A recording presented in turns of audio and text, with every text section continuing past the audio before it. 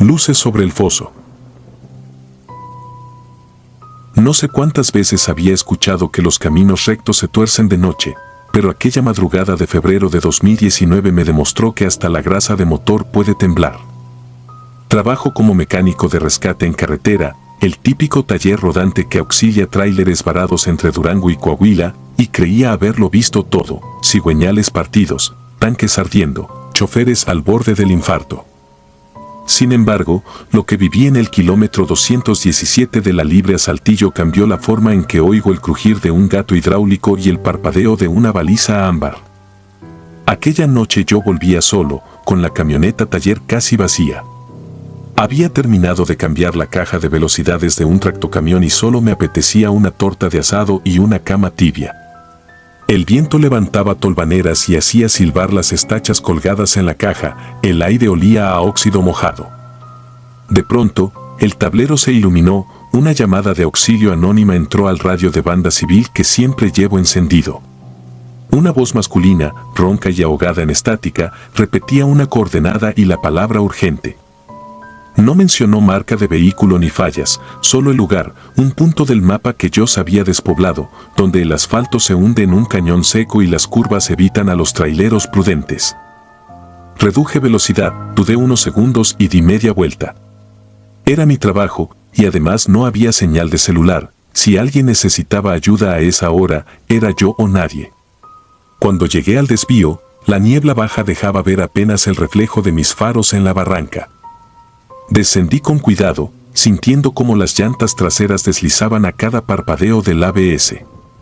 Al fondo del cañón distinguí algo imposible, un taller mecánico de lámina envejecida, con un letrero medio colgado que decía Servicio 24H. Jamás lo había visto en mis rutas y, según recordaba, ese terreno estaba baldío desde los años 80. Aún así, el portón estaba abierto y una vieja grúa verde jade brillaba bajo un foco de mercurio. Toqué el claxon corto, protocolo para no asustar a nadie. Ninguna respuesta. Solo sonó un chirrido eléctrico y el foco se apagó, dejando la escena en penumbra azul. Bajé con mi lámpara frontal, oliendo el tufo denso de aceite recalentado mezclado con tierra mojada. La cabina de la grúa estaba vacía, la llave colgaba balanceándose, como si alguien acabara de abandonarla. Sobre el piso, un rastro de goteos negros conducía a la fosa de inspección del taller. Respiré hondo, bajé por las escalerillas angostas y sentí el aire cambiar. Allí abajo se oía un tec-tec-tec metálico, similar al golpeteo de un volante de motor al enfriarse. Proyecté la luz y vi algo estremecedor, huellas de manos grasientas resbalaban por las paredes, como si alguien hubiese intentado salir a rastras. Al fondo, bajo una manta, se adivinaba la silueta de un cuerpo. Parpadeé, convencido de que el cansancio me pasaba factura. Levanté la lona y descubrí un mono de trabajo idéntico al mío, manchado en un costado. Dentro, no había huesos, solo un vacío oscuro, como si la ropa hubiese sido desollada de su ocupante. Subí de un salto, tropezando con un juego de llaves Bristol que rodaron por el suelo. Pensé en huir, pero el rugido de un motor se encendió afuera. La grúa cobraba vida sola, faros, claxon y giro de polea sin conductor. El gancho se balanceó como un péndulo voraz. Sin pensarlo, corrí a mi camioneta, giré la llave y nada. Batería muerta. La grúa se acercó, iluminándome con las luces altas. Recordé entonces la advertencia radial, urgente. Quizá no era un pedido de ayuda, sino una trampa. Carraspeé y levanté las manos, intentando hacerme ver. La grúa se detuvo a escasos metros. El gancho cayó, golpeando el asfalto y levantando chispas. Tras el destello apareció una mujer al volante. No escuché puerta ni pasos, simplemente estaba allí, con una gorra que ocultaba su rostro y un overol antiguo bordado con iniciales borrosas. Hizo señas para que subiera. Negué con la cabeza. La cortina de niebla se cerró unos segundos. Cuando clareó, ella ya no estaba. Tampoco la grúa. Solo quedaba el olor a ozono y un latido grave, casi subsonoro, que provenía de la fosa. Retrocedí hasta el borde y asomé la lámpara, Algo se agitaba en lo profundo, rozando metales, como si decenas de llaves de impacto giraran al unísono. De pronto, un rostro pálido emergió apenas bajo la línea de sombra. Podía distinguirse la visera de un gorro y un destello aceitoso resbalando por mejillas sin ojos. Aquella cosa alzó un brazo desproporcionado, mostrando articulaciones invertidas que rechinaban como cremalleras rotas. Apuntaba hacia mí o hacia la salida. El terror ganó. Corrí ladera arriba, dejando mi camioneta y cualquier herramienta que me hubiese protegido. No sé cuánto tardé en llegar al asfalto principal. El amanecer pintaba un vermellón sucio cuando me detuve, jadeando. Miré atrás, donde debía verse el cañón solo había un llano de matorral gris. Ni rastro del taller, ni de la grúa, ni del letrero. El GPS marcaba la coordenada exacta, pero la altitud era errónea, como si la tierra se hubiese reacomodado en otra dimensión. Tras varias horas un patrullero pasó y me remolcó hasta el poblado más cercano.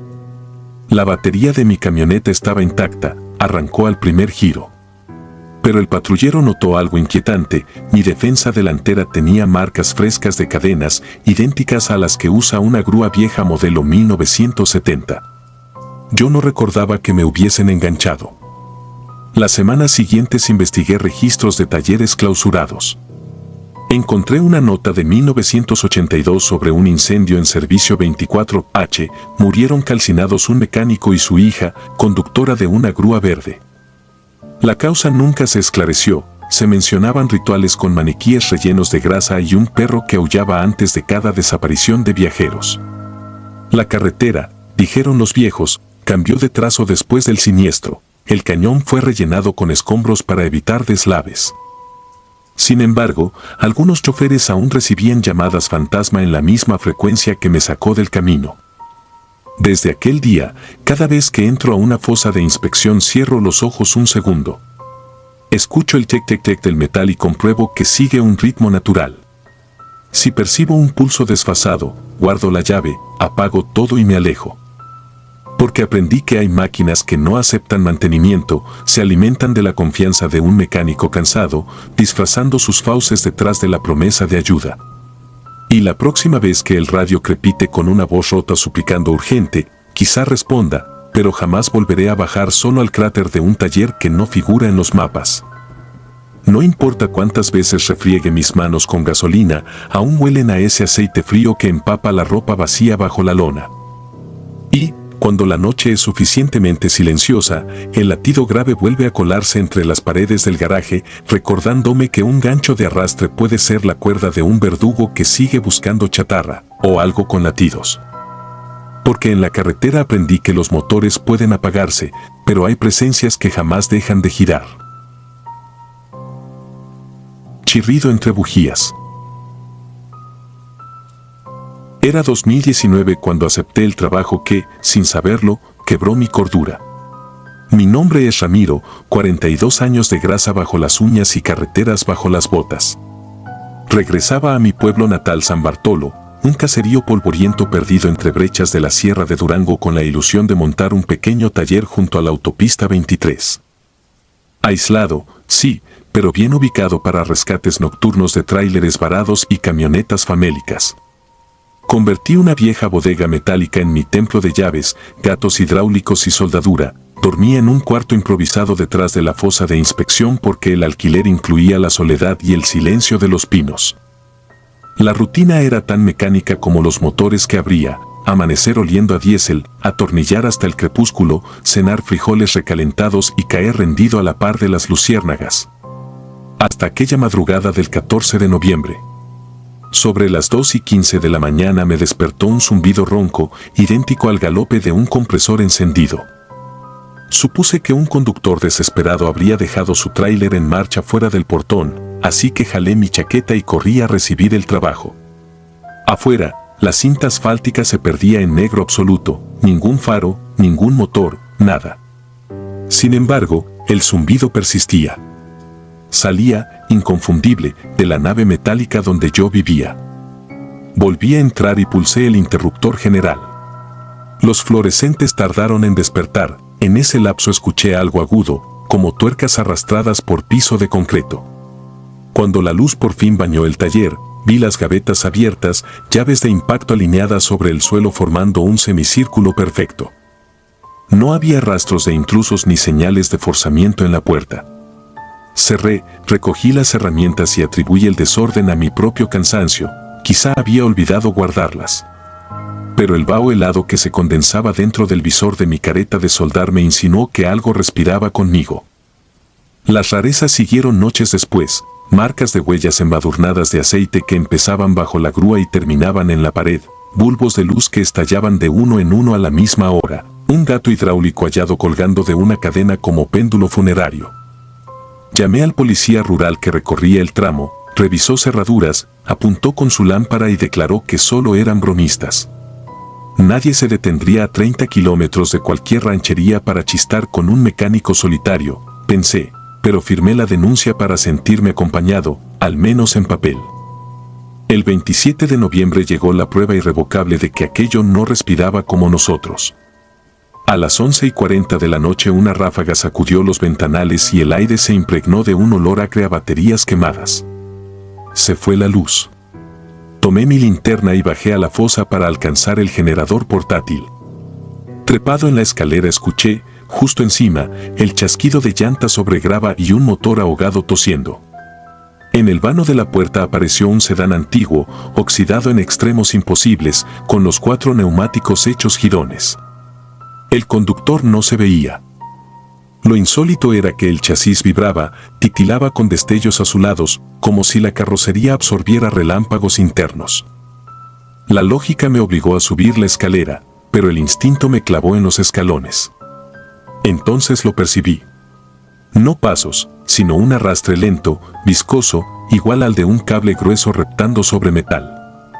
Alcé la linterna, frente al coche, emergiendo por el hueco donde debía ir el motor, se elevaba una silueta larga y delgada, recubierta por una película gris aceitosa que chorreaba en hilos. No tenía cabeza discernible, solo 2 cavidades ovaladas y negras donde mi luz se extinguía como aspirada hacia la nada. Sentí el olor a ozono quemando mi garganta. El ser se dobló, apoyó extremidades huesudas sobre el cofre y comenzó a reptar hacia mí. No recuerdo haber gritado, la linterna rodó, chocó, murió, el generador jamás se encendió. Desperté en el piso con la campana de la grúa oscilando sobre mi cara, las cadenas golpeándome el pómulo. Amanecía.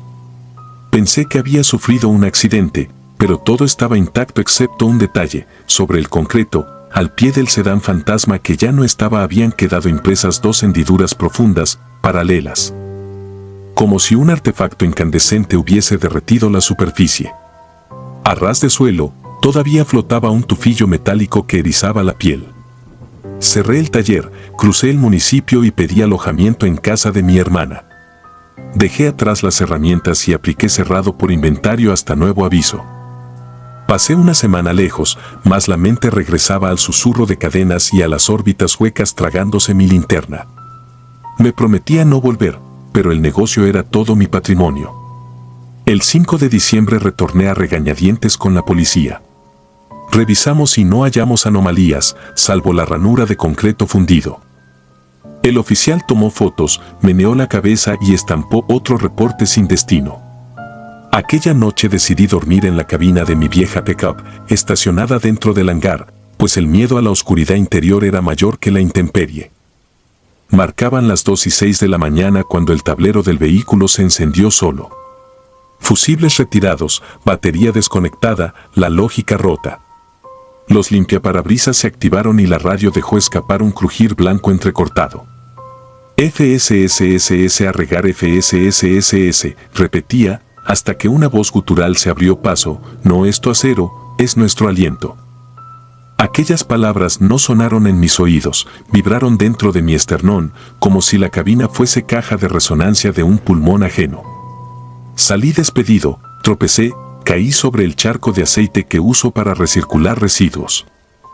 En el reflejo turbio vi la bóveda del techo, y allí colgado, justo sobre la pickup, pendía otro cuerpo largo, gris y chorreadizo, envuelto en una malla de cables de bujía que él mismo apretaba como si fueran arterias. No me dio tiempo de alcanzar la puerta. El ente soltó un chillido seco, igual al rejón de un gato hidráulico al vaciarse. Todas las máquinas cobraron vida, esmeriles girando, pistolas neumáticas disparando aire, compresor rugiendo sin conexión. Una tempestad mecánica sin electricidad. Los engranes cantaban como coro de grillos metálicos. La criatura descendió balanceándose y al extender sus brazos vi que sus dedos terminaban en puntas que alternaban destellos, como bujías que chisporroteaban sin ritmo. El ruido provocó un zumbido agudo en mi cráneo, la vista se nubló y solo atiné a gatear hacia la salida. Al rozar el portón metálico me golpeó un resplandor púrpura. Volteé. 3 figuras idénticas habían surgido del foso, caminaban sincronizadas con pasos elásticos, sin tocar por completo el suelo. El aire olía a caucho recién quemado, y pese al calor comprimido por los motores inexistentes sentí frío glaciar en la espina dorsal. Afuera chispeaba lluvia fina, pero dentro caía un rocío de virutas candentes que se adherían a mi piel como escarcha hirviendo. Logré empujar la hoja del portón, el viento nocturno apagó de golpe la orquesta demoníaca.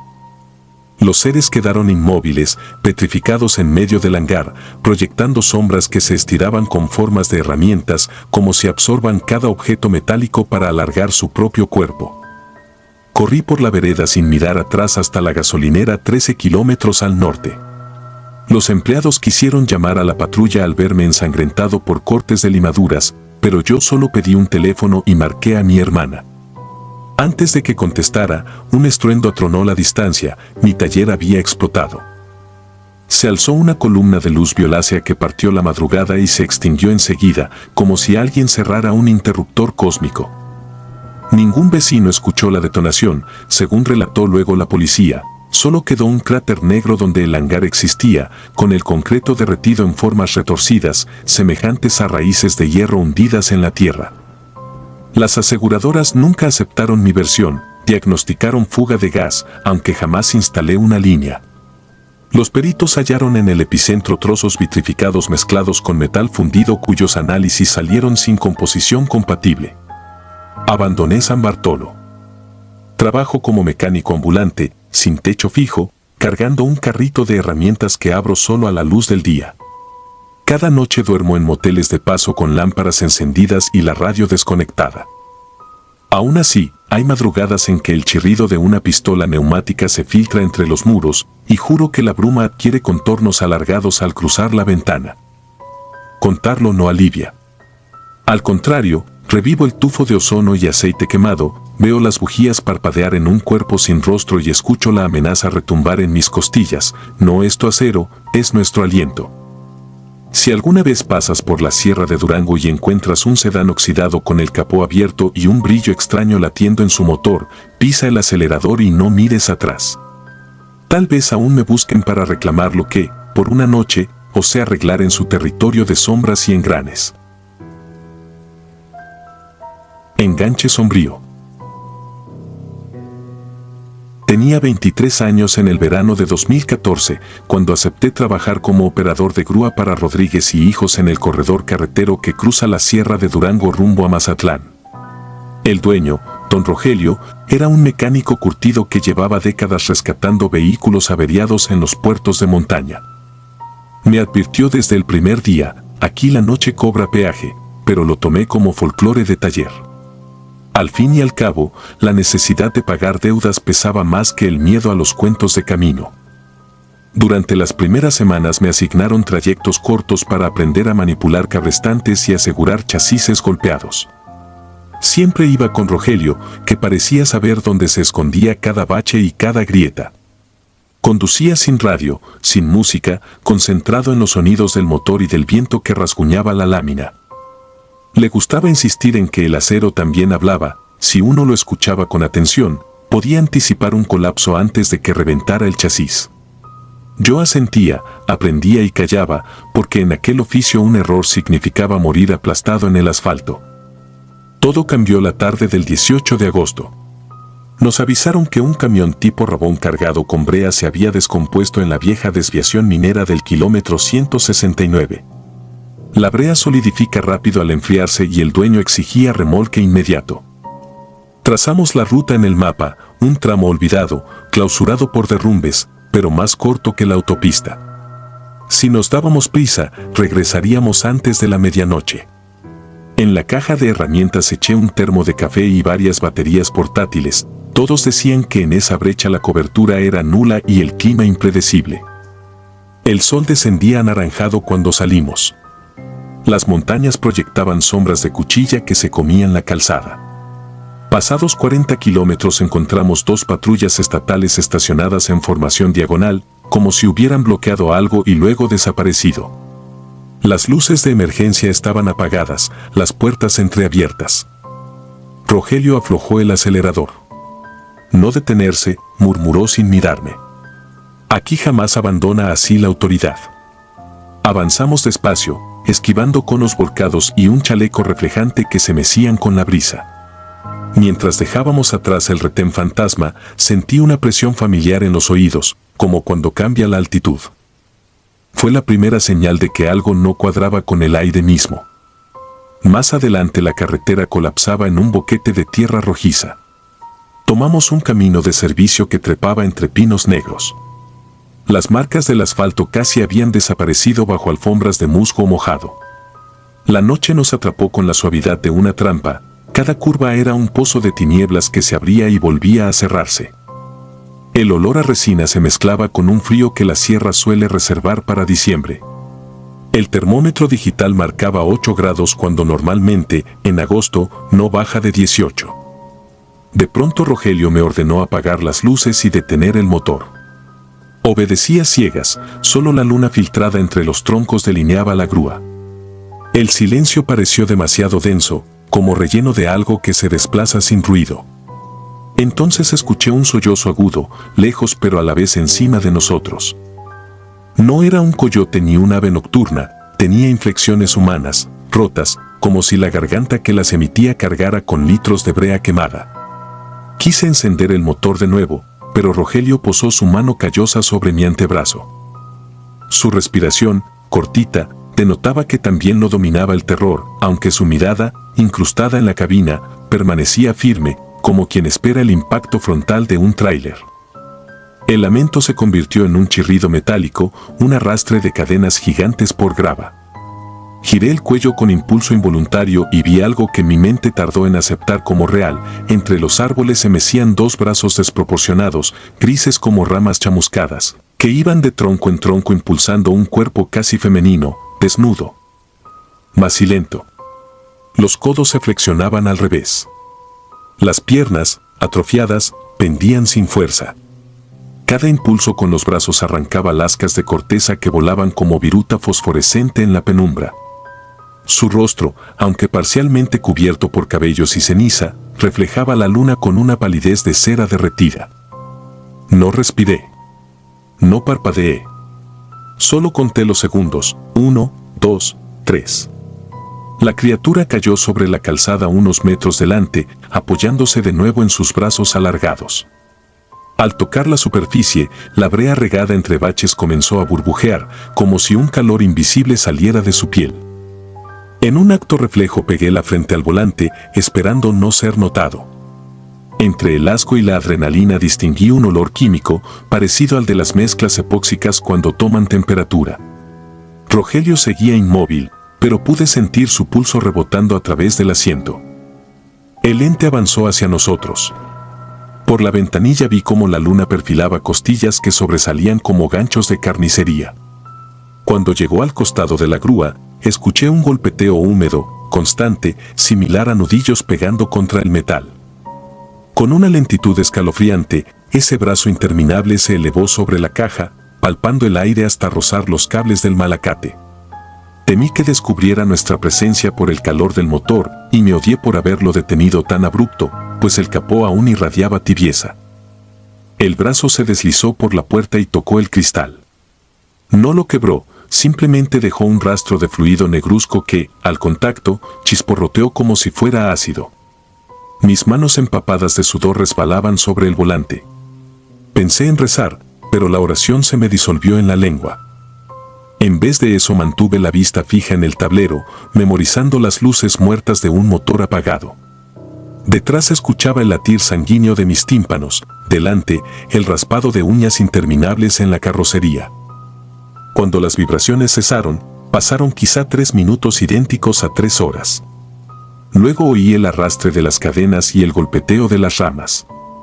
Rogelio no dijo nada hasta que el eco se volvió un soplo remoto. Entonces, casi sin voz, ordenó: ahora. Giré la llave, encendí las luces y avancé. El diesel rugió como fiera herida y los faros barrieron el asfalto alfombrado por una neblina baja que no estaba allí antes. El velocímetro marcó 80, luego 90. Las suspensiones se quejaban en cada curva tomada a ciegas, pero no levanté el pie. Llegamos al lugar donde se suponía que estaba el camión. Solo encontramos manchas negras de brea derramada y, a 20 metros, la cabina carbonizada del vehículo. No había señal de su conductor. En torno al accidente flotaba una fetidez indescriptible, mezcla de goma quemada y carne ahumada. Lo más perturbador era que la brea alrededor tenía surcos profundos, como si un objeto pesado, armado de ganchos, hubiese arrastrado algo hacia los pinos.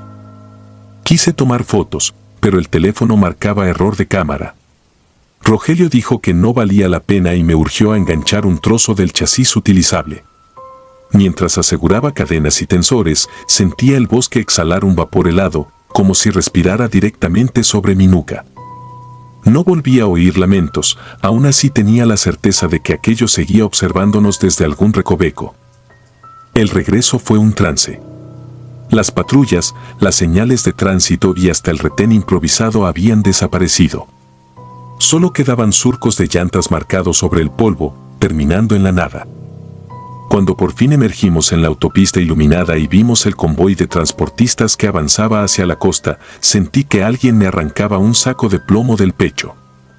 El tacómetro volvía a marcar revoluciones normales, los indicadores señalaban temperatura estable, y la música en la radio, a la que ni siquiera recordaba haber subido el volumen, llenaba la cabina con un corrido norteño sobre bandoleros. Entregamos el metal chamuscado de madrugada. Nadie quiso firmar recibo. La aseguradora alegó que ese siniestro no existía en sus reportes. En la oficina Rogelio amarró su delantal grasiento, bebió un trago de mezcal y me dijo con calma quirúrgica: lo que viste allá arriba se llama la enganchadora. Dicen que era la hija de un asfaltador que murió fundido con la brea, y ahora arrastra a quienes se quedan varados donde la carretera dejó de ser carretera. No supe qué contestar, porque la explicación, por absurda que sonara, era lo único que encajaba con la viscosidad que seguía impregnando la grúa. Solicité cambio de turno al amanecer. Desde entonces solo trabajo en horarios diurnos. Aún así, 30 veces he despertado a medianoche con la sensación de que algo húmedo araña mi ventana. No importa cuánto me esfuerce, jamás pronuncio palabra alguna de socorro, el grito se queda atorado en la tráquea, sofocado por el recuerdo de aquel brazo que pudo voltear la grúa como si fuera de cartón. Nunca conté la historia completa hasta hoy, porque entiendo que pocos creerán que la sierra custodia algo peor que felinos y maleantes. Pero si algún día sus faros alumbra vehículos oficiales sin tripulación en un camino cerrado, no disminuyan la marcha.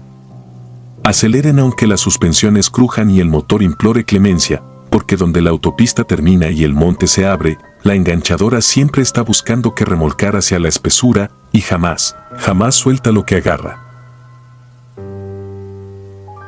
Freno muerto. El olor a aceite quemado todavía se me queda en la garganta cuando recuerdo aquella noche del 2012, la que torció para siempre mi manera de ver la mecánica y la muerte. Yo era el encargado de las grúas del taller Mendoza Diesel, un local polvoriento a la orilla de la vieja carretera 120, entre la sierra y los barrancos de Querétaro. Esa ruta se mantenía viva a punta de parches, baches que parecían cráteres, curvas indefensas y cuestas tan empinadas que cualquier sobrepeso convertía los frenos en mantequilla caliente. Aún así, los ranchos serranos dependían de nosotros. Si un camión cargado de víveres se quedaba varado, la gente se quedaba sin pan ni medicina. A las 5:15 de la tarde, cuando el sol empezaba a pintarlo todo de naranja sucio, el coordinador me lanzó la llave de la grúa Ford 651 Albarán marcado con tinta roja: urgente, entrega antes de las 7 a.m. Una pizzería de Jalpan esperaba un horno industrial de 2 toneladas y el conductor que lo llevaba reportó pérdida de potencia en plena subida del puerto del Sopilote. No era mi territorio habitual, yo conocía de memoria hasta la última grieta del tramo San Juan-Peñamiller, pero más allá solo había transitado en mis días de estudiante imprudente, cuando corríamos autos viejos por puro reto. El pronóstico pintaba lluvia, así que cargué anticongelante, herramienta extra y un bidón de 30 de agua por si el motor de la grúa se sobrecalentaba. Salí justo cuando el último rayo de sol se hundía detrás de los cerros y el viento traía olor a tierra mojada. Conduje 2 horas sin problema hasta que, pasada la desviación del antiguo aserradero, la neblina se cerró sobre el asfalto como lana húmeda. El tablero empezó a parpadear, primero la luz del alternador, luego la depresión de aceite. Reduje la marcha y escuché un crujido metálico, un sonido que ningún mecánico olvida, el suspiro final de un rodamiento. La grúa tembló, luego murió sin dramatismo, como si alguien hubiera cortado el flujo de diésel. La inercia apenas me alcanzó para orillarme junto a un paredón gris donde las señales de kilometraje habían desaparecido hacía décadas. Apagué el switch, me puse la lámpara en la frente y levanté el cofre. Una bocanada de vapor blanco me cegó, la banda del ventilador se había hecho tiras y las mangueras resumaban. Mientras tanteaba la abrazadera rota, el silencio me golpeó con inusual fuerza. No pasaban coches, no cantaban grillos, solo se oía mi respiración y el tintineo del metal al enfriarse. Entonces, detrás de mí, se quebró una rama. Giré la lámpara y el haz iluminó un rostro envejecido cubierto de grasa. «No te asustes, joven», dijo él con una voz áspera como esmeril. «El sopilote es traicionero cuando cae la neblina». Vestía un overol azul descolorido, botas de casquillo y llevaba un destornillador plano en la mano. Parecía haber salido de la misma roca, porque no vi camino ni vehículo ni linterna cerca. Me presentó un termo de hojalata. «Es café, agárralo, te ayudará con el frío». Bebí un sorbo sin cuestionar. El líquido estaba hirviendo, detalle imposible en aquel aire helado. No suelo confiar en desconocidos, pero había algo en su modo de pararse, esa seguridad que solo da una vida entera bajo chasis, que me hizo apartarme para que examinara el motor. Con movimientos lentos, casi ceremoniales, ajustó tornillos, aplicó cinta vulcanizada a la manguera rota y sacó de algún bolsillo una correa usada que, contra toda lógica, era exactamente la medida de mi motor Powerstroke. Se la puse yo mismo siguiendo sus indicaciones. 15 minutos después, giré la llave y la Ford rugió como si nunca hubiera fallado. Yo rebuscaba billetes en la cartera cuando un chillido agudo inundó la niebla. Eran risas infantiles, muchas, como si un recreo completo se hubiese colado en la sierra a medianoche. El viejo ni parpadeó, solo apretó la banda con su destornillador y murmuró algo que no entendí. Intenté darle los 300 pesos que llevaba sueltos. Él negó con la cabeza. «El dinero ya no me sirve donde estoy. Lo único que importa es que sigas tu camino». Algo en esa frase me heló más que la humedad. Quise agradecerle otra vez, pero al alzar la mirada él ya no estaba. La neblina se abrió apenas lo suficiente para que viera el paredón vacío y, sobre la tierra, ni una huella que delatara sus pisadas. Arranqué. Tenía que entregar el horno y convencerme de que toda aquella escena era fruto del cansancio. Conduje hasta Jalpan, dejé la carga, firmaron la recepción y compré en el Oxxo 3 bolsas de pan dulce, botellas de agua y 2 termos nuevos. Pensaba regresar y buscarlos para entregárselos al hombre. Como si pagarle en especie equilibrara la rareza del momento. Volví al kilómetro aproximado donde la grúa se había detenido. No encontré paredón, solo un tramo recto custodiado por barrancos. Ni rastro de la curva, ni señal de que hubiera habido nunca un arriate. Frené, bajé y caminé 20 minutos siguiendo la línea blanca de la orilla. Nada. No casas, no senderos, no viejo. La niebla había desaparecido y la luna dejaba ver el asfalto liso, continuo, sin grietas. Me rendí, retomé el volante y llegué al taller al amanecer. Mi jefe, don Eugenio, me esperaba malhumorado por el retraso. Al ver las bolsas de víveres en la cabina bromeó, ¿te pegó el monchizo qué? Le conté lo sucedido con el detalle de un informe técnico, para que no se pensara que mentía. A medida que avanzaba mi relato, la piel de su cara se aflojó. Cuando mencioné la carcajada infantil en la lejanía, tragó saliva como quien recuerda un sabor desagradable. Creo que conociste a Ernesto el Tuercas Relayo, dijo al fin. Fue mi primer socio aquí. Hace 14 años lo mandamos a impulsar un tráiler sin frenos.